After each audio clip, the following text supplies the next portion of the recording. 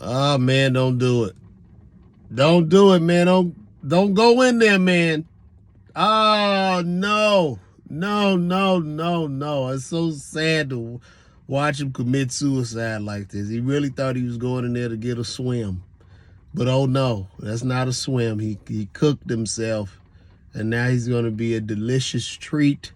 His shell will be cracked open, and his guts and intestines will be sucked out by some human. That's what's going to happen to this guy. Poor guy. He didn't know. He didn't know. He really thought he was going to get a bath, thought he was going to sit in a sauna. But no, no, no, no. You're going to be eating that, sir. You're going to be eating.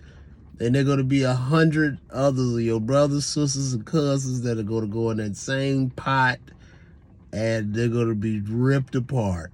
You know, you're one of the only animals where we as humans sit down and eat about 40 of you and just sit with a bib and just break you open. Sometimes I think when eating crabs, it is a little bit barbaric, you know, to watch these crabs just be thrown in live and burnt to their death, and to just be put on a plate, still actually inside of their actual shells. So most of the time, if I cook meat or something, you know, if you cook meat or some bacon, you know, some beef, it's not like you take a whole cow and you just tell a cow to walk into a boiling hot pot, and then you just pull the whole cow out and and you just start eating them. That's equivalent to what we do to these creatures. Now, I'm not going to ever stop eating crabs and lobster and seafood. I'm not. But I'm just saying, it does look barbaric when you sit there and pick out the live ones, especially when these crawfish come in that big tub and they just all sitting, wiggling, little baby lobsters just all around, and then you just get a scoop.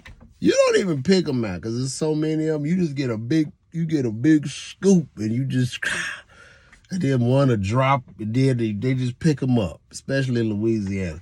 They just pick up the crab and just throw him back in the pot, and that's it. But to let this crab slowly walk to his death, y'all could at least just throw him in there just to get it over with. But my goodness, this just looks horrific. Just the whole setup of this, and then you just sit there and record it.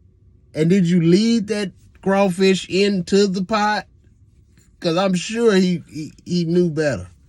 I'm sure he knew better. I'm sure that was not what was on his mind today, to jump into that pot and go into a boiling hot death. I really have to pray for all the crabfish and the crawfish, whatever, the crawfish, the crab. I have to pray for all of them. They're just sitting there at the bottom of the sea, just waiting for their number to get pulled and waiting to get in our bellies. Anyway, call me.